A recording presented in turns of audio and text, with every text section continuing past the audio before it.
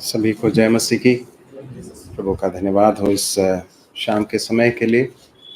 हम प्रभु के वचन के अध्ययन के लिए इस तरह से मिल सके।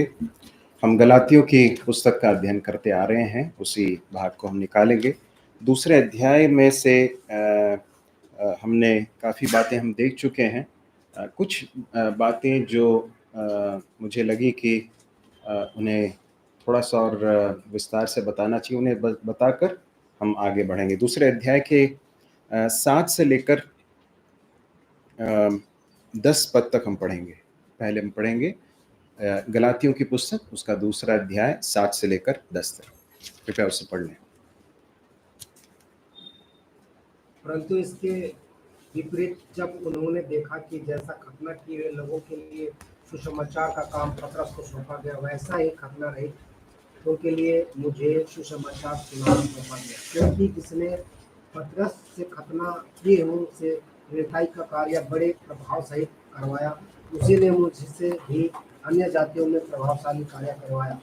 और जब उन्होंने उस अनुग्रह को जो मुझे मिला था जान लिया, तो याकूब और कैफा और यूहन्ना जो कलीसिया के खंभे समझे जाते थे, मुझको और बरनबास को संगति का दाहिना हाथ दिया कि हम अन्य जातियों के पास जाएं, और वे खतना किए हो के पास केवल यह कहा कि हम कंगालों की शुद्धि लें, और इसी काम को करने का मैं आप भी यत्न कर रहा था।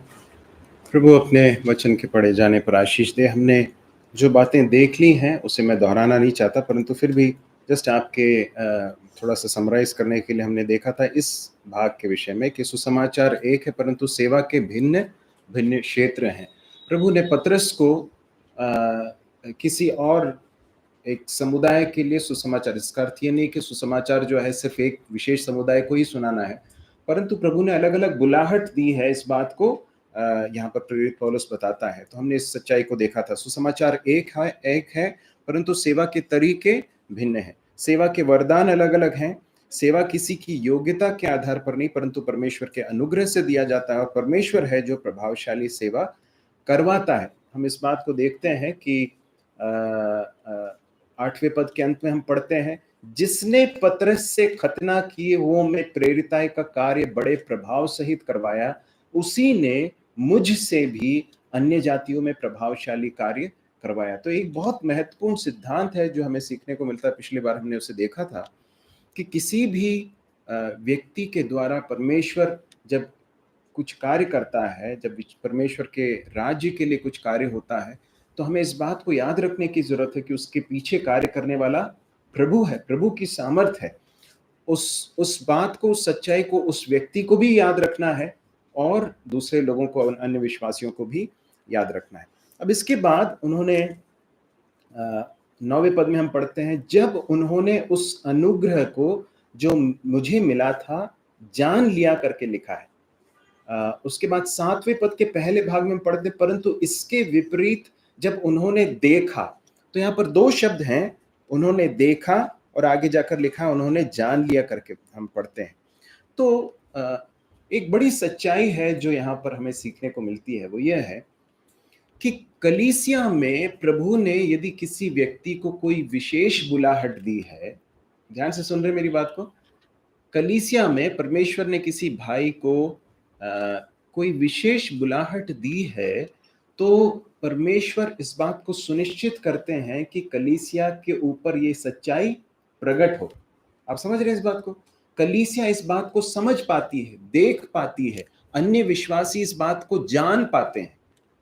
ये एक बड़ा सिद्धांत है, और इसलिए हमारे कलीसियाओं में जब प्रभु की सेवा के लिए कोई व्यक्ति अपने आप को समर्पित करते हैं, तो कलीसियाओं में, विशेषकर हमारे असेंबलीज में जो है, नए नियम की कलीसियाओं में कुछ समय तक उस व्यक्ति के बुलाहट को बहुत ध्यान से जांचा जाता है और परखा जाता है, और इस बात को सुनिश्चित किया जाता है कि वास्तव में परमेश्वर ने इस व्यक्ति को अपनी सेवा के लिए बुलाया है कि नहीं। आप सब हैं यहाँ पर, समझ रहे हैं? और जब कलीसिया को इस बात का बोध हो जाता है, इस बात का निश्चय हो जाता है कि हाँ, वास्तव में परमेश्वर ने उसे एक विशेष बुलाहट दी है, तब कलीसिया फिर क्या करती है आप जानते हैं? उसे प्रभु की सेवा के लिए कमेंड करती है। उसके लिए एक शब्द है कमेंड करना, या उसको जो है उस सेवा के लिए अलग करना। तो इसी बात को हम प्रेरितों के काम की पुस्तक 13वें अध्याय में भी देखते हैं, जहां पर हम देखते हैं कि प्रेरित पौलुस, कृपया उसे बेटा फोन दे दो।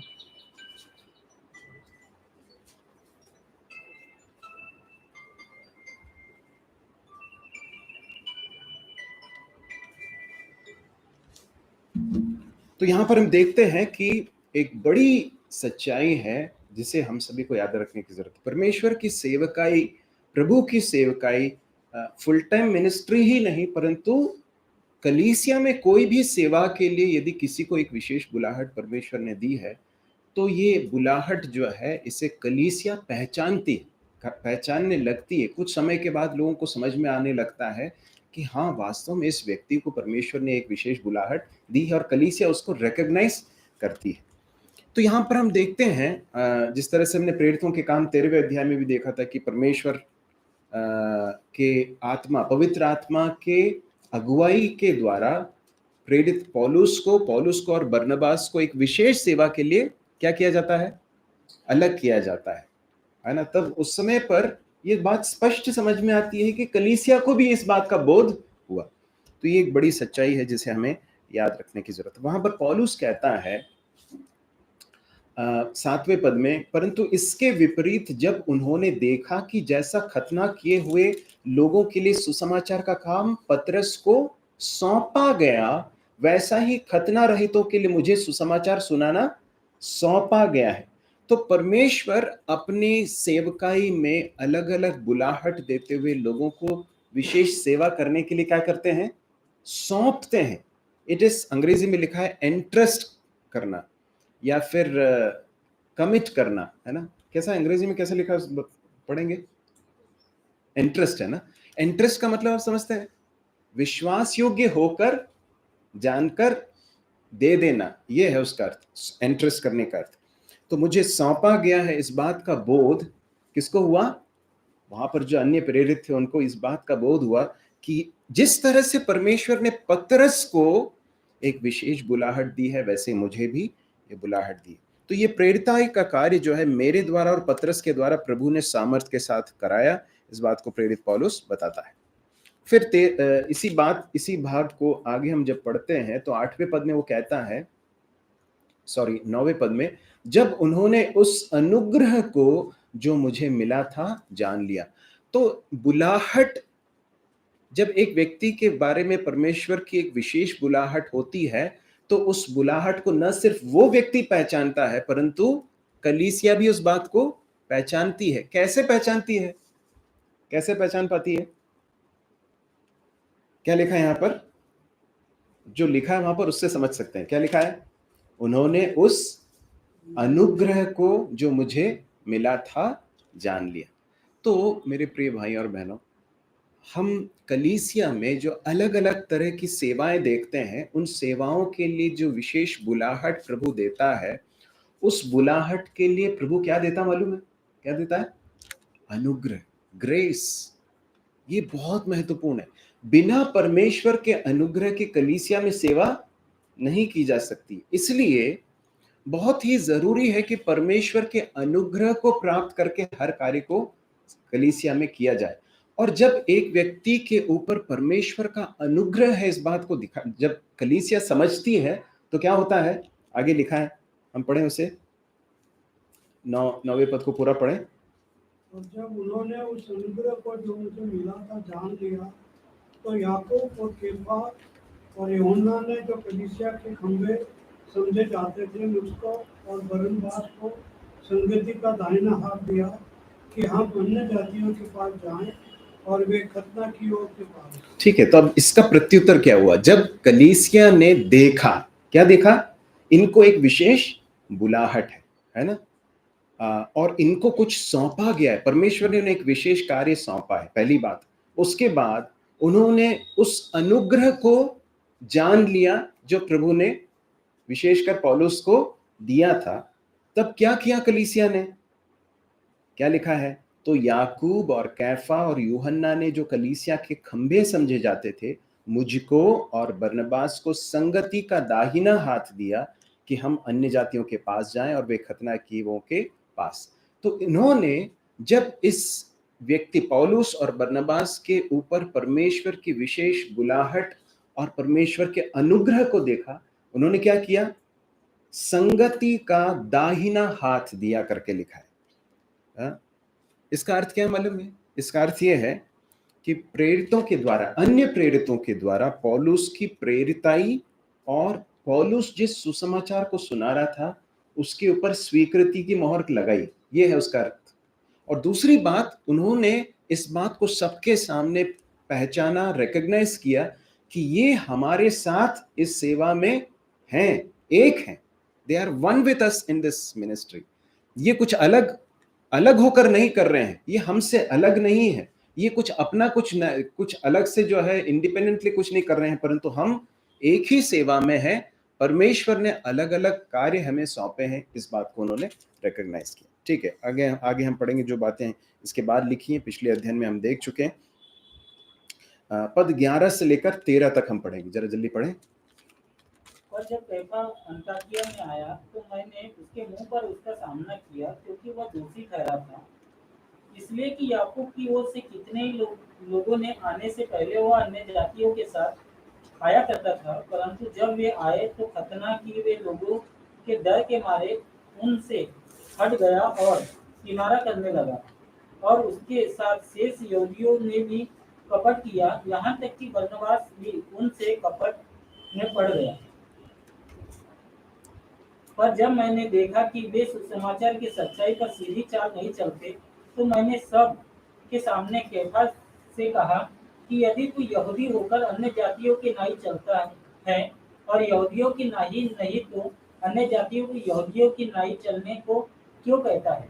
ठीक है, अब यहाँ पर हम जरा देखें, यहाँ पर पौलुस जो है पतरस का को कन्फ्रंट कर रहा है, या फिर क्या कर रहा है, उसका सामना कर रहा है, और ये जो है सार्वजनिक रूप से हो रहा है, इस बात को देखना है। पिछली बार के अध्ययन में हमने एक बात देखी थी कि जब सुसमाचार के बारे में प्रेरितों के साथ जाकर चर्चा करने की बात थी, और उस समय पर कुछ लोगों ने आकर डॉक्ट्रिनल इश्यू में मतलब जो उपदेश या सिद्धांत के विषय हैं उसमें कुछ गड़बड़ी पैदा की, तो उस समय पर प्रेरित पौलुस जो है वो क्या करता है, एकांत में जाकर उन प्रेरितों के साथ बात करता हुआ दिखाई देता है। और हमने इस बात को देखा था कि बहुत ही जरूरी है कि जो संवेदनशील मुद्दे हैं उनको हम सार्वजनिक प्लेटफॉर्म पर उसको एड्रेस ना करें, है ना। यदि कुछ भी आपको लगता है जो ठीक नहीं है, तो उसका तरीका ये नहीं कि सार्वजनिक रूप से कलीसिया में उसको क्वेश्चन करना, परंतु जो कलीसिया में जो नेतृत्व में है उनके साथ जाकर बात करके उसे सुलझाना जरूरी है। पहली बात हमने इस बात को देखी थी, परंतु यहाँ पर एक दूसरा मुद्दा है। अब मुद्दा क्या है, हम यहाँ पर कुछ शब्दों को देखते हैं जिससे हमें समझ में आता है। 13वें पद के 13वें पद में 2 बार उस शब्द को पढ़ते हैं, बताएंगे कौन सा शब्द है वो?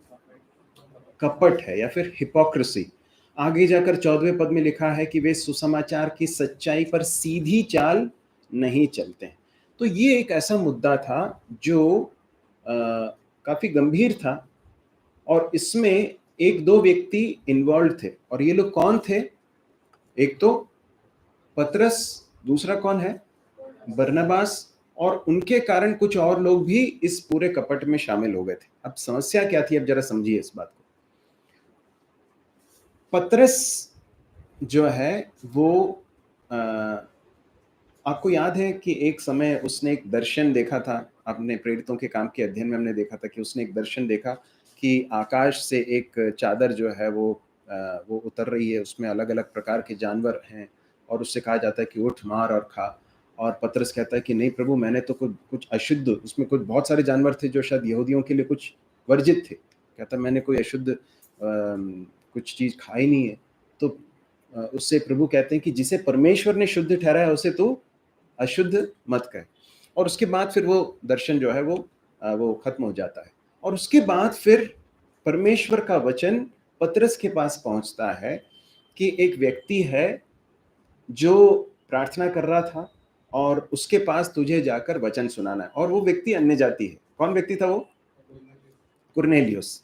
कुरनेलियुस जो था उसके पास जाने के लिए, अब कुरनेलियुस एक अन्य जाति व्यक्ति है, उसके पास जाकर उसके साथ बैठना ये एक यहूदी के रूप में पतरस के लिए बहुत ही मुश्किल बात थी। तो इसलिए उसके मन को पहले से ही तैयार करने के लिए परमेश्वर ने वो दर्शन उसे दिया था, और उस बात को हम प्रेरितों के काम 10वें अध्याय में, हम 11वें अध्याय में सब उसे देख सकते हैं। उसके बारे में विस्तार से बताता है। हमारे पास समय नहीं है, इसलिए मैंने सारे रेफरेंसेस जो हैं आपके सामने लिख दिए हैं, आप उसे कृपया नोट कर लें ताकि आप बाद में जाकर उसे पढ़ सकें। तो वहां पर पतरस जो है बहुत स्पष्ट रूप से उसे समझ में आ जाता है कि परमेश्वर ने अन्य जातियों को वैसे ही जैसे यहूदियों को परमेश्वर ने चुना है, वैसे ही पतरस को, अन्य जातियों को भी परमेश्वर ने चुन लिया है। और वो बात, बहुत सारी बातें कहता है। वो कहता है कि मैं जब वहां पर था उस समय पर जिस तरह से पवित्र आत्मा हम पर आया था वैसे उन पर भी आया।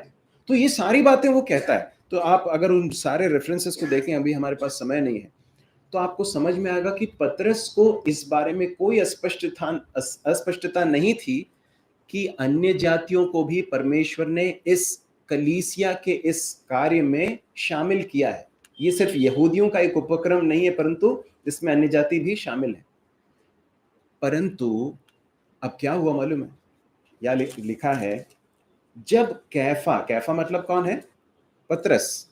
पतरस अंताकिया में आया तो मैंने उसके मुंह पर उसका सामना किया, क्योंकि वह दोषी ठहरा था, इसलिए कि याकूब की ओर से कुछ लोगों के आने से पहले वह अन्य जातियों के साथ खाया करता था। अब देखिए क्या हो रहा है। यरूशलेम से कुछ लोग वहां पर आए। कौन लोग हैं ये लोग? निश्चित रूप से यहूदी लोग हैं। यहूदी लोग जब अंताकिया में पतरस से मिलने के लिए आए, उस समय पर क्या हुआ? पतरस जो अभी तक अन्य जातियों के साथ भी भोजन कर रहा था, उसने थोड़ा सा क्या कर लिया? किनारा कर लिया, अपने आप को काट लिया। क्यों काट लिया? लिखा है, परंतु जब वे आए तो खतना किए हुए लोगों के डर के मारे वो पीछे हट गया और किनारा करने लगा। अब देखिए, क्या उसे इस बात की समझ नहीं है कि परमेश्वर ने अन्य जातियों को भी चुन लिया है उसको अच्छी तरह से मालूम है, लेकिन वो ऐसा क्यों कर रहा है? डर के कारण। किसके डर के कारण? जो दूसरे यहूदी लोग आए थे, यरूशलेम से जो आए थे, उनके डर के कारण वो जो है कपट करने लगा। लिखा, डर के कारण वो ऐसा बिहेव करने लगा, ऐसा व्यवहार करने लगा जैसा वो वास्तव में इन सारी चीजों को नहीं कर रहा हो। वो उन लोगों के सामने ये दिखाना चाहता कि नहीं, मैं तो अन्य जातियों के साथ नहीं खाता, परंतु पहले क्या कर रहा था? वो अन्य जातियों के साथ खा रहा था। अन्य जातियों के साथ खाकर गलत कर रहा था क्या? नहीं, क्योंकि प्रभु ने स्पष्ट बताया था कि प्रभु ने दोनों को चुना है, अन्य जातियों को भी चुना है, परंतु मनुष्यों के डर के कारण वो क्या करने लगा? उन लोगों से किनारा करने लगा।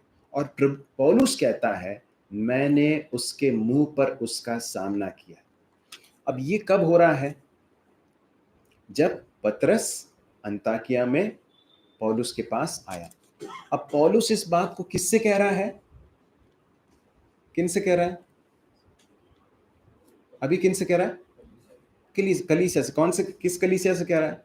गलातिया की कलीसिया से। ये सब कहने की जरूरत क्यों पड़ रही है? क्योंकि गलातिया में कुछ लोगों ने आकर, उसी तरह के कुछ लोगों ने आकर क्या फैलाया था कि खतना करना बहुत जरूरी है, व्यवस्था की बातों को मानना जरूरी है, नहीं तो तुम्हारा उद्धार पूर्ण नहीं है। पौलुस उनको बता रहा है, ये पौलुस जो कर रहा है वो पतरस को नीचा दिखाने के लिए नहीं कर रहा। इस बात को अच्छी तरह से समझने की जरूरत है। इसके कॉन्टेक्स्ट को जब हम समझेंगे, संदर्भ को समझेंगे, तभी हमें समझ में आएगा कि पौलुस इस बात को पतरस जो है वो मेरे बराबर का नहीं है, वो जो है वो कपटी है, ये बोलने के लिए नहीं कह रहा है। पतरस ने वहां पर जो किया, उस समय पर मैंने उसका इस तरह से सामना किया। क्यों किया? इसलिए ताकि सुसमाचार की सच्चाई के साथ कोई समझौता न हो। ये बात बताने के लिए पौलुस इस पूरे घटना को बता रहा है। ठीक है, अब वो क्या कह रहा है? वो कहता है उसके साथ शेष यहूदियों ने भी क्या किया? कपट किया, यहाँ तक कि बरनबास भी उसके कपट में पड़ गया करके हम देखते हैं। अब कपट क्या है? प्रभु यीशु मसीह ने अपने सार्वजनिक सेवकाई के दौरान अनेक लोगों को जो समाज में जो है बिल्कुल पापी समझे जाते थे, मार्जिनलाइज किए जाते थे, जिनसे कोई मिलता जुलता नहीं था, ऐसे लोगों को प्रभु ने अपने पास आने दिया। वेश्यावृत्ति करने वाले लोग, चुंगी लेने वाले लोग, पापी समझे जाने वाले लोग, उन लोगों को भी प्रभु ने अपने पास आने दिया। परंतु प्रभु यीशु मसीह ने उनको नहीं डांटा, परंतु फरीसियों और शास्त्रियों को प्रभु ने बहुत जोर से लताड़ा। क्यों? क्योंकि वे लोग ढोंग करते थे, कपट करते थे। कपट का मतलब क्या है? बाहर से कुछ और अंदर से कुछ। और यहां पर पतरस के उस कपट का कन्फ्रंटेशन कर रहा है। पौलुस कहता है कि वो कपट कर रहा है, हिपोक्रेसी है, मतलब बाहर से कुछ दिखा रहा है, अंदर कुछ और है। देखिए, सीधी चाल ना चलना। अब देखिए, अब 14वें पद में भी हम उस बात को पढ़ते हैं, पर जब मैंने देखा कि वे सुसमाचार की सच्चाई पर सीधी चाल नहीं चलते। कपट का अर्थ क्या है? सीधी या खरी चाल न चलना, सुविधा के अनुसार रंग बदलना। एक जानवर है जिसको इसके लिए बहुत जाना जाता है। क्या, कौन सा जानवर है? गिरगिट। वो क्या है? अपने परिवेश के अनुसार, वो जहां पर रहता है उसके अनुसार क्या कर लेता है? रंग बदल लेता है। पत्तियों के बीच में तो हरी पत्तियों के बीच में तो हरा रंग बना लेगा, और किसी सूखी पत्तियों के बीच में भूरा हुआ तो वहां, ये उसके बचाव का एक तरीका है। परंतु परमेश्वर ने विश्वासियों को कपट करने के लिए नहीं रखा है संसार में, बल्कि जैसा है वैसा दिखने के लिए, परमेश्वर का स्वभाव हमारे जीवन से दिखाई दे, ये बहुत जरूरी है। और इसके लिए बहुत ही जरूरी है कि हम सीधी चाल चलने वाले लोग। हम एक गीत गाते हैं ना, तेरा रूप यीशु मेरी आंखों में कितना अति सुंदर। एक अनुवाद किया हुआ गीत है। ओरिजिनल गीत जो है मलयालम में एक प्रभु के दास वी नागल ने लिखा है। जर्मन मिशनरी थे, केरल में आकर उन्होंने मलयालम सीखी और उन्होंने बहुत सारे सुंदर गीत लिखे। उसमें एक अंतरा इस तरह से है, चालाकी कुटिलताओं से घृणा करने वाले मेरे प्रभु। प्रभु जो है चालाकी और कुटिलता और कपट और बाहरी दिखावे से घृणा करने वाले प्रभु को बिल्कुल पसंद नहीं है। और जब हम कपट करते हैं तो हम हमारे प्रभु को मिसरिप्रेजेंट करते हैं, हम सुसमाचार को लोगों के सामने गलत होकर दिखाते हैं। इसलिए बहुत ही जरूरी है कि हम सब के सब सीधी चाल चलने वाले लोग हैं। हम जब विश्वासियों के बीच में, हम कलीसिया में जैसे दिखते हैं वैसे ही हम अपने कार्य के स्थान में भी रहें। जिस तरह से हम यहां पर हैं वैसे ही हम परिवार में रहें, वैसे ही हम अपने एकांत में रहें। हाँ, जब अपने रिश्तेदारों के बीच में जाते हैं या अपने नौकरी के स्थान में जाते हैं, व्यवसाय करने जाते हैं, जहां कहीं भी रहते हैं, हमारा व्यवहार कभी भी बदलना नहीं चाहिए, सुविधा के अनुसार रंग बदलने वाला नहीं होना चाहिए। तो हम यहाँ पर देखते हैं प्रेरित पौलुस जो है कहता है कि पतरस ने कपट किया, और पतरस के प्रभाव में किसी और ने भी किया। किसने किया? बरनबास। अब देखिए, ये लोग सब कोई साधारण लोग नहीं, ये लोग अगुए हैं, नेतृत्व करने वाले लोग हैं। परंतु बरनबास भी जो है उसने भी वो भी कपट में पड़ गया करके लिखा है। फिर 13वां पद लिखा है, उसके साथ शेष यहूदियों ने भी कपट किया। इसका मतलब क्या मालूम है? उनको मालूम है कि वे लोग जो कर रहे हैं वो गलत है, अंदर से मालूम है कि गलत कर रहे हैं, परंतु दूसरों के सामने वो बिल्कुल नॉर्मल होकर दिखा रहे हैं। प्रभु हमारी सहायता करे कि हम कभी कपट ना करें। और इस पाप में पतरस जैसा व्यक्ति, बरनबास जैसा व्यक्ति भी गिर गया, तो इसका अर्थ यह है कि हम सबके साथ ये पोटेंशियल है, हमारे अंदर ये संभावना है कि हम भी इस तरह के पाप को कर बैठें। मनुष्यों के डर के कारण डर में आकर मनुष्यों को प्रसन्न करने के लिए कुछ कार्यों को कर देना, इस झांसे में हम भी आ सकते हैं। एक भाग पढ़ लें जल्दी से, 1 कुरिन्थियों 10वां अध्याय 12वां पद।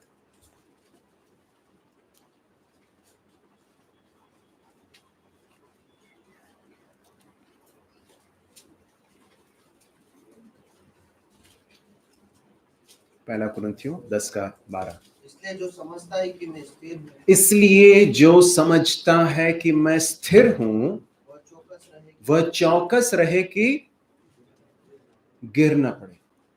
इसका अर्थ यह है कि हम सबको बहुत चौकस रहने की जरूरत है। यहां पर कपट का पाप था, परंतु कोई और पाप में भी गिर सकते हैं। नेतृत्व करने वाले लोग भी, और इन लोगों के बारे में हम देख रहे थे कि ये लोग कौन थे, कलीसिया में खंबे समझे जाते थे।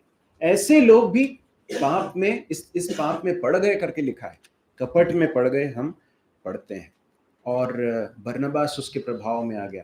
किसी ने इस तरह से कहा कि यदि आपकी और मेरी घड़ी अगर गलत समय दिखाए तो उसका प्रभाव इतना नहीं होगा जितना कि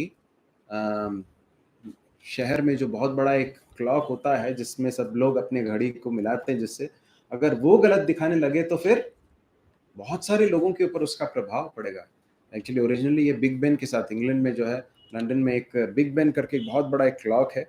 और पहले समय में, अभी तो सब सैटेलाइट के थ्रू हमारे फोन्स में सब में जो अपने आप अपडेट हो जाता है फोन समय जो है, परंतु उस समय पर लोग उसके साथ मिलाया करते थे। किसी ने कहा कि लोगों की जो इंडिविजुअल वॉचेस हैं, जो घड़ियां हैं, वो गलत दिखाएं तो इतना प्रभाव नहीं पड़ेगा जितना बिग बेन यदि गलत समय दिखाए। तो जो विशेषकर नेतृत्व करने वाले लोग हैं, यदि वो सतर्क नहीं रहेंगे तो वो दूसरों को भी अपने उस पाप में घसीट सकते हैं। इस बात को हम देख सकते हैं। पद 14 पढ़ें। पर जब मैंने देखा कि वे सुसमाचार की सच्चाई पर सीधी चाल नहीं चलते, तो मैंने ये सबके सामने केफा से कहा कि जब योगी होकर अन्य जाति की नाई चलता है और योगियों की नाई नहीं तो अन्य जाति को योगियों की नाई चलने को क्यों कहता है? पौलुस बड़ी दृढ़ता के साथ पौलुस के कपट का सामना करता है। तो ये एक ऐसा मुद्दा था जिसको एड्रेस करना जरूरी था। और क्यों जरूरी था आगे जाकर हम देखेंगे। वहां पर हम पढ़ते हैं 14वें पद में, पर जब मैंने देखा कि वे सुसमाचार की सच्चाई पर सीधी चाल नहीं चलते। अब यहां पर सिर्फ दो गुटों के बीच की बात नहीं है। मुद्दा ये नहीं है कि पतरस जो है किसी एक विशेष समुदाय के साथ भोजन नहीं कर रहा, ये नहीं मुद्दा है, परंतु मुद्दा क्या है?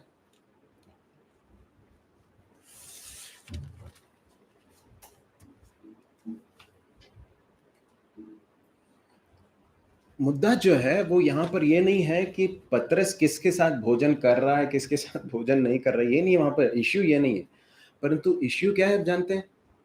सुसमाचार की सच्चाई जो है वो दांव पर है, वो ताक पर है। यदि पतरस के द्वारा किए जा रहे, पतरस और बरनबास और कुछ और लोग जो ये कर रहे हैं, इसको यदि अगर सही नहीं किया गया इस समय पर, तो क्या होगा मालूम है? संदेश क्या जाएगा? संदेश ये जाएगा कि अन्य जातियों को परमेश्वर ने स्वीकार नहीं किया है। क्यों नहीं किया है? क्योंकि उन्होंने व्यवस्था को नहीं माना है, खतना किए हुए लोग नहीं हैं, इसलिए उनके साथ भोजन नहीं कर सकते। तो कपट का सामना पौलुस बड़ी दृढ़ता के साथ करता है। लेकिन जब पौलुस पतरस के कपट का या उसकी गलती का सामना करता है तो किस तरह से कर रहा है, किस तरह से करता है? आगे जाकर बहुत सारी बातें बताता है और उन सब से समझ में आता है कि पौलुस किसका उपयोग कर रहा है? परमेश्वर के वचन की सच्चाई का उपयोग कर रहा है। He is using the truth of God's word. परमेश्वर के वचन के द्वारा उसका सामना कर रहा है। देखिए, किसी व्यक्ति की गलती दिखाते समय हमारा जो अप्रोच है या हमारा जो तरीका है वो ये नहीं होना चाहिए कि अरे मुझे वो पसंद नहीं है, वो जिस तरह से कपड़े पहनता है मुझे वो पसंद नहीं है, या फिर वो जिस तरह से बात करता है वो मुझे पसंद नहीं है। ये सब नहीं है इश्यू, है ना? समझ रहे? इसमें जो अप्रोच है, परमेश्वर के वचन का सहारा होना। परमेश्वर के वचन के आधार पर करेक्शंस होते हैं। मेरी पसंदगी या नापसंदगी का उसमें कोई औचित्य नहीं, कोई उसमें कोई स्थान नहीं है। पौलुस क्या कह रहा है?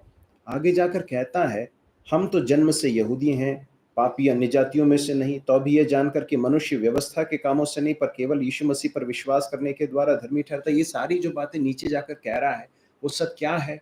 परमेश्वर की सच्चाई है, सुसमाचार की सच्चाई है।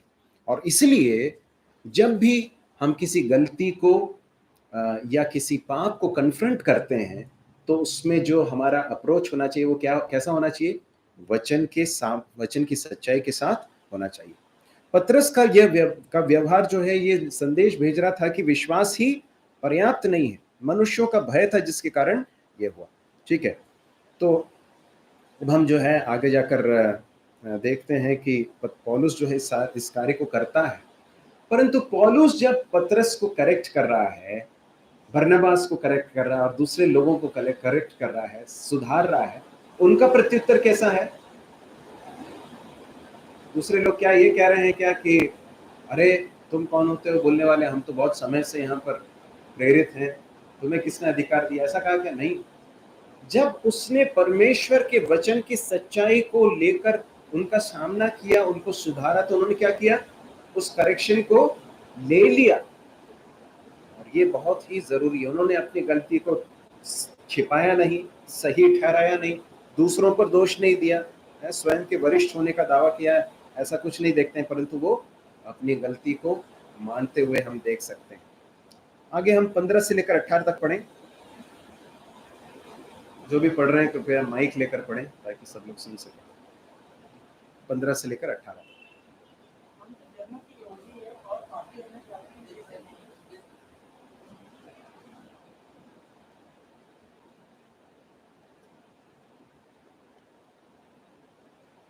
हम तो जन्म की यहूदी है और पापी अन्य जाति में से नहीं, तो भी यह जानकर कि मनुष्य व्यवस्था के कामों से नहीं पर केवल यीशु मसीह पर विश्वास करने के द्वारा धर्मी ठहरता है।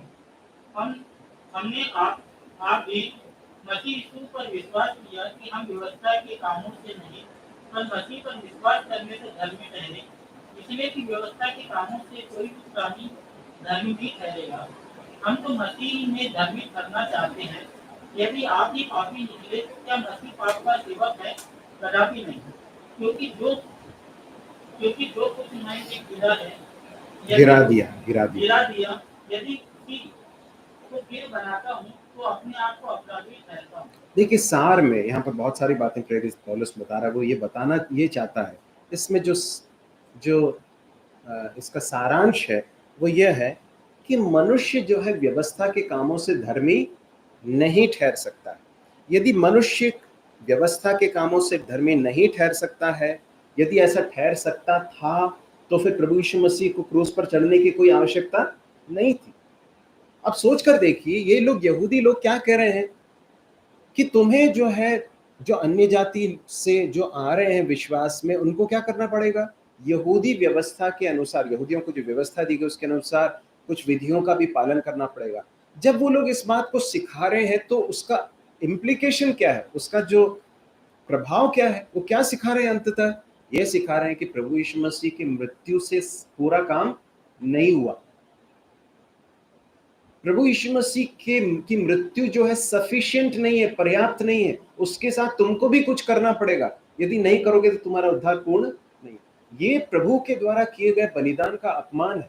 तो पौलुस यही बता रहा है कि यदि व्यवस्था के कामों से यदि हम धर्मी ठहरते तो प्रभु यीशु मसीह को मरने की कोई आवश्यकता नहीं थी। एक पापी केवल प्रभु यीशु मसीह पर विश्वास के द्वारा ही धर्मी ठहर सकता है। जरा जल्दी से एक भाग निकालें, मत्ती 26 का 39 से 42। मत्ती 26 39 से 42, जरा जल्दी पढ़ें।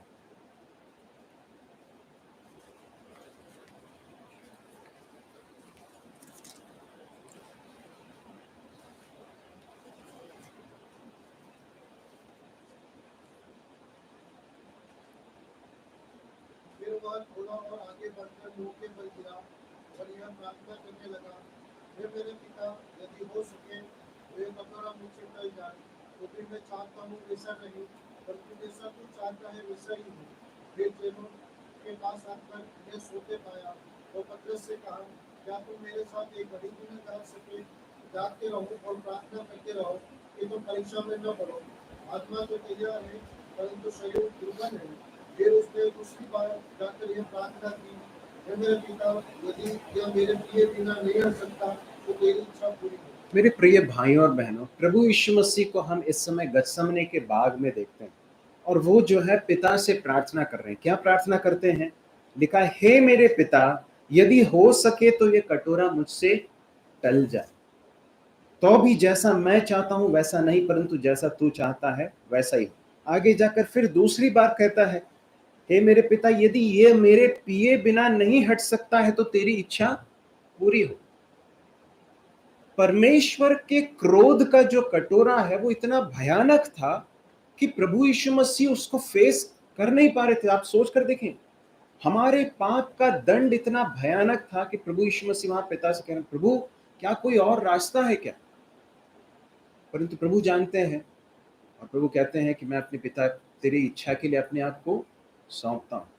ये है, ये जो है हमें एक आइडिया देता है, एक चित्र देता है कि हमारे लिए कितना बड़ा कार्य किया गया। और इसलिए प्रेरित पौलुस बता रहा है कि यदि प्रभु यीशु मसीह ने उस कलवरी के क्रूस पर उस बड़े बलिदान को दिया और उस उद्धार के कार्य को पूर्ण कर दिया, तो हम फिर उसके साथ कर्मों को जोड़कर, हमें ये करना है वो करना है, ये जोड़कर हम परमेश्वर के उस किए हुए बलिदान का अपमान नहीं कर सकते हैं। कुछ ऐसे कलीसियां हैं जो बहुत सटल तरीके से, बहुत ही हल्के रीति से एक गलत शिक्षा सिखा देते हैं। क्या सिखाते हैं आप जानते हैं? कि प्रभु यीशु मसीह पर विश्वास किया लेकिन उसके साथ साथ बपतिस्मा भी लेना है, नहीं तो तुम्हारा उद्धार नहीं। चर्च ऑफ क्राइस्ट करके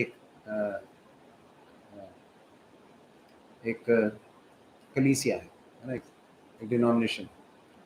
अब उनकी शिक्षाएं जो है इसके अलावा बाकी सब चीजों में बहुत अच्छी हैं, परंतु यहां पर एक बहुत बड़ी गड़बड़ी हुई है। गड़बड़ी क्या है? आपने उद्धार के लिए बपतिस्मा को भी एक शर्त के रूप में जोड़ दिया। आपने ये कहा कि बपतिस्मा नहीं लिया तो आपका उद्धार पूर्ण नहीं होता। तो मैं आपको एक आइडिया देना चाहता था कि पौलुस इतने जोर के साथ इन चीजों को क्यों कह रहा है। अब आगे हम पढ़ेंगे 19 से लेकर 21 तक, गलातियों 2 का 19 से लेकर 21 तक।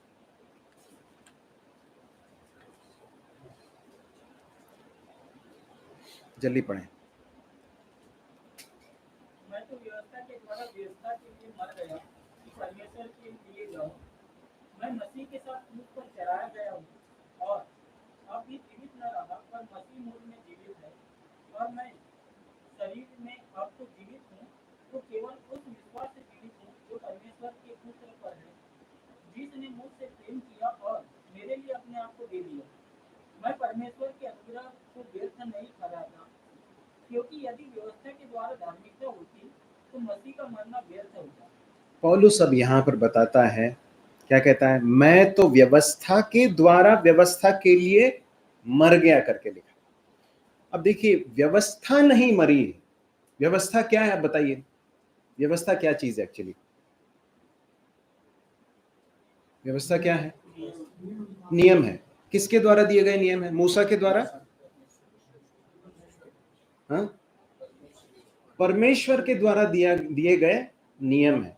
मूसा के द्वारा पहुंचाए गए इजरायलियों के पास, लेकिन दिया किसने है? परमेश्वर ने दिया। परमेश्वर की व्यवस्था कभी भी मर नहीं सकती। परमेश्वर की व्यवस्था में कभी कोई फेरबदल नहीं हो सकता है। परमेश्वर की व्यवस्था अटल है और इसलिए ऐसा हो नहीं सकता है कि व्यवस्था मर जाए, व्यवस्था एबॉलिश हो जाए। तो फिर क्या हो सकता है? एक ही रास्ता है कि हम मर जाएं। और पौलुस इसी बात को कह रहा है कि व्यवस्था के द्वारा मैं व्यवस्था के लिए क्या हो गया? मर गया कि मैं परमेश्वर के लिए जीऊं। रोमियो 7वां अध्याय 1 से लेकर 6, जल्दी से पढ़ें, हम समाप्त करने जा रहे हैं, परंतु ये बहुत ही एक अहम शिक्षा है, इसलिए हम जरा इस भाग को भी जल्दी से पढ़ेंगे। रोमियो 7 का 1 से लेकर 6। हे भाइयों, क्या तुम नहीं जानते, मैं व्यवस्था के जानने वालों से कहता हूं कि जब तक मनुष्य जीवित रहता है तब तक उस पर व्यवस्था की प्रभुता रहती है, क्योंकि विवाहिता स्त्री व्यवस्था के अनुसार अपने पति के जीते जी उससे बंधी है, परंतु यदि पति मर जाए तो वह पति की व्यवस्था से छूट गई। इसलिए यदि पति के जीते जी वो किसी दूसरे पुरुष की हो जाए तो व्यभिचारिणी कहलाएगी, परंतु यदि पति मर जाए तो वह उस व्यवस्था से छूट गई। यहां तक कि यदि किसी दूसरे की पुरुष की भी हो जाए तो अभी व्यभिचारिणी न ठहरेगी। वैसे ही हे मेरे भाइयों, तुम भी मसीह की देह के द्वारा व्यवस्था के लिए मरे हुए बन गए कि उस दूसरे के हो जाओ जो मरे हुओं में से जी उठा, ताकि हम परमेश्वर के लिए फल लाएं। अब देखिए, पूरे भाग को पढ़ने की जरूरत है परंतु हमारे पास समय नहीं है। यहाँ पर प्रेरित पौलुस ये बता रहा है कि एक समय था जब मैं व्यवस्था के साथ बंधा हुआ था। किस तरह से बंधा होता है? जैसा पति पत्नी के बीच में एक बंधन होता है। और ये बंधन कब तक होता है? हम जब मसीह विवाह में हम जो प्रतिज्ञाएं दोहराते हैं तो कहते हैं जब तक मृत्यु हमें अलग ना करें, till death do us part. तो मृत्यु है वो चीज जो एक पुरुष और स्त्री के, पति और पत्नी के बंधन को वॉइड कर देती है, तोड़ देती है। और यहाँ पर प्रेरित पौलुस कह रहा है जिस तरह से एक पत्नी, एक स्त्री जो है अपने पति के जीवित रहते तक जो है उस बंधन में रहती है, उसके बाद वो उस बंधन से छूट जाती है, इसी तरह से हम व्यवस्था के बंधन से छूट गए हैं। किस तरह से छूट गए? व्यवस्था तो मर नहीं सकती थी, तो क्या किया प्रभु ने? प्रभु ने क्या किया? हमें ही मार डाला। हमें मार डाला। कब मार डाला? कहां मार डाला? क्रूस पर मार डाला। हाँ, इसलिए हम इसी के दूसरे अध्याय के गलातियों 2:20 में क्या पढ़ते हैं? जल्दी पढ़े उसे। मैं मसीह के साथ क्रूस पर चढ़ाया गया हूँ। अब मैं जीवित ना रहा, पर मसीह मुझ में जीवित है, और मैं शरीर में अब तो जीवित हूँ, तो केवल उस विश्वास से जीवित हूँ जो परमेश्वर के पुत्र पर है, जिसने मुझसे प्रेम किया और मेरे लिए अपने आप को दे दिया। धन्यवाद। रोमियो 6वें अध्याय के 6वें पद में हम पढ़ते हैं, हमारा पुराना मनुष्य तो उसके साथ क्रूस पर चढ़ाया गया। ठीक है, अब उसके 7वें पद में पढ़ते हैं, जो मर गया वो पाप से छूटकर धर्मी ठहरा। कुलुसियों 3 अध्याय के पहले पद में हम क्या पढ़ते हैं? तुम जबकि मसीह के साथ जिलाए गए हो तो उन स्वर्गीय बातों के ऊपर ध्यान रखो। तो प्रभु यीशु मसीह के साथ हम एक कर दिए गए हैं। कहां पर एक कर दिए गए? उसकी क्रूस की मृत्यु में, उसके गाड़े जाने में और उसके साथ जी उठने में। तो बपतिस्मा जब होता है, आपको याद है, वो प्रभु के साथ हमारे आइडेंटिफिकेशन का एक पिक्चर है, जिसमें एक व्यक्ति जब पानी के अंदर जाता है तो ये बता रहा है कि वो मर चुका है और वो प्रभु यीशु मसीह के साथ गाड़ा जा गया है, और वो जब उठकर आता है तो इस बात का ऐलान कर रहा है कि मैं मसीह के साथ फिर से जीवित हूं। तो पौलुस ये कह रहा है कि हम प्रभु के साथ एक हो गए, उसकी मृत्यु में एक हो गए। जब एक हो गए, मेरी मृत्यु हो गई, तो व्यवस्था का मेरे ऊपर अब कोई अधिकार नहीं रहा। अब मेरे ऊपर किसका अधिकार है? मसीह का अधिकार है। मेरा एक नया पति आ गया है जिसका नाम क्या है? मसीह। अब व्यवस्था और मसीह में क्या अंतर है आप जानते हैं? व्यवस्था मुझसे कहती थी कि ये सही है और ये गलत है। जब मैं सही करता था तो व्यवस्था क्या कहती थी? हाँ, तू सही कर रहा है। जब गलत करता था तो क्या कहती थी व्यवस्था? तू गलत कर रहा है। लेकिन व्यवस्था कभी मेरी सहायता कर सकती थी क्या? नहीं। परमेश्वर की व्यवस्था जो है वो सिर्फ मुझे सही और गलत का ज्ञान दे सकती है, परंतु मसीह जब मुझे मिल गया तो मसीह की खासियत क्या मालूम है? वो न सिर्फ मुझे ये बताता है कि ये सही और गलत है, परंतु गलत से बचने के लिए और सही करते रहने के लिए कौन सामर्थ देता है? ये मेरा नया जो जीवन साथी है, कौन है? प्रभु यीशु मसीह मुझे सामर्थ देता है। हम प्रभु यीशु मसीह की मृत्यु में दो आयामों को देखते हैं, दो बातों को देखते हैं। प्रभु यीशु मसीह हमारे स्थान पर मारा गया। नोट्स में आप देखें तो हमारे स्थान पर और हमारे प्रतिनिधि के रूप में, अंग्रेजी में कहते हैं he died as our substitute and also as our representative। ये बहुत अहम सच्चाइयां हैं जिसे जल्दी से बताकर मैं समाप्त कर रहा हूँ। प्रभु यीशु मसीह जब क्रूस पर मारा गया तो मेरे स्थान पर मारा गया। उसका अर्थ क्या है? मुझे मरना था, मेरे स्थान पर कौन मर गया? प्रभु यीशु मसीह मर गया। प्रतिनिधि के रूप में मरा, इसका मतलब यह है जब प्रभु यीशु मसीह मरा तो मैं भी प्रभु यीशु मसीह में मर गया। यह है उसका अर्थ। तो पौलुस इसी बात को बता रहा है। और पौलुस क्या बता रहा है मालूम है? दूसरे अध्याय, वापस आ जाएं गलातियों में, दूसरे अध्याय में उसके 20वें पद में, अब और मैं शरीर में अब जो जीवित हूं तो केवल उस विश्वास से जीवित हूं जो परमेश्वर के पुत्र पर है, जिसने मुझसे प्रेम किया और मेरे लिए अपने आप को दे दिया। मसीह जीवन का आरंभ कैसे होता है? आपने सुसमाचार सुना, तब क्या किया आपने? क्या किया दिनेश भाई? सुसमाचार सुना, प्रभु यीशु मसीह का सुसमाचार जब सुना तो आपने क्या किया? क्या किया? उस पर विश्वास किया ना।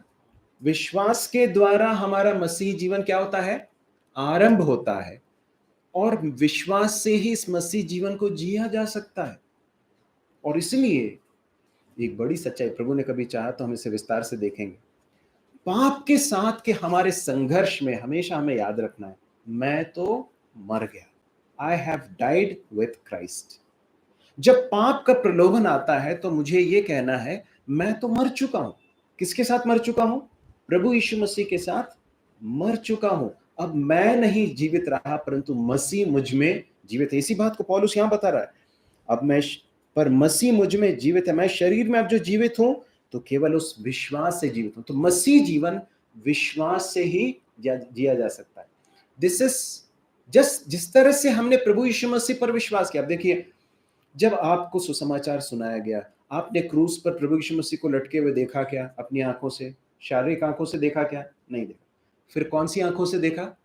विश्वास की, मन की आंखों से, विश्वास की आंखों से आपने प्रभु को देखा और क्या किया? विश्वास किया। क्या विश्वास किया? कि मेरे स्थान पर प्रभु यीशु मसीह मारा गया। अब जब आज उद्धार पाए हुए विश्वासी के रूप में पाप के साथ मेरी लड़ाई होती है, पाप करने का प्रलोभन आता, तो मुझे क्या क्या करना मालूम है? उसी विश्वास का उपयोग करना है और विश्वास के साथ यह कहना है कि नहीं, मैं नहीं कर सकता, क्योंकि मैं क्या हो चुका हूं? मैं मर चुका हूं।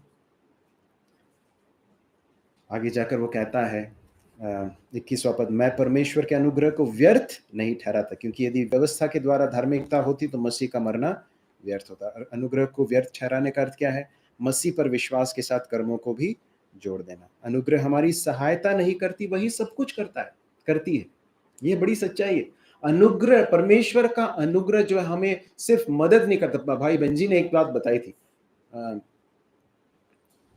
मुझे एग्जैक्टली नहीं याद है वर्ड्स क्या थे, परंतु परमेश्वर जो सुसमाचार जो है, परमेश्वर का अनुग्रह जो है, वो सिर्फ हमें क्या कहा था, याद है क्या? परमेश्वर थोड़ा सा और परमेश्वर के सामने एक्सेप्टेबल, वैसा नहीं, परंतु वो मुझे एग्जैक्टली याद नहीं आ रहा, परंतु मैंने लिखा था कहीं पर। एनीवे, हमारे पास समय नहीं है इसलिए मैं उसे छोड़ रहा हूं। परंतु अनुग्रह के द्वारा ही होता है सब कुछ हमारे जीवन में। हमारा उद्धार पूर्ण रूप से अनुग्रह के द्वारा है। अनुग्रह से हमें थोड़ा सा हेल्प नहीं मिल जाता है कि हम परमेश्वर के सामने थोड़ा सा और करीब चले जाएं, ऐसा नहीं है। अनुग्रह के द्वारा ही हमारा उद्धार होता है। अब देखिए, अब जो कुछ ये घटनाक्रम हुआ उसके बाद द्वारा क्या हुआ? पौलुस के द्वारा पतरस का इस तरह से सामना करने से कुछ भलाई हुई। किसकी भलाई हुई? पहली तो पौलुस की हुई, थोड़ा सा वहां पे स्पेलिंग मिस्टेक है, सत्य के प्रति समर्पण। वो उसने अपना सच्चाई के प्रति, परमेश्वर के सुसमाचार की सच्चाई के प्रति अपना समर्पण और भी स्ट्रॉन्ग किया, मजबूत किया। पतरस और बरनबास की मदद हुई, उनकी भलाई हुई। कैसे हुई? उनकी गलती सुधारी गई और वे सत्य में और भी स्थिर हुए। यहूदी विश्वासियों की भलाई कैसे हुई? सुसमाचार के सत्य को स्पष्ट रूप से प्रस्तुत किया गया और अन्य जाति विश्वासियों की भलाई इस तरह से हुई कि उनका विश्वास और मसीह में उनकी स्वतंत्रता मजबूत की गई। नहीं तो उनको वापस दासत्व में लेकर आ रहे थे ये लोग। और हमारी और आने वाली पीढ़ियों की भलाई कैसे हुई?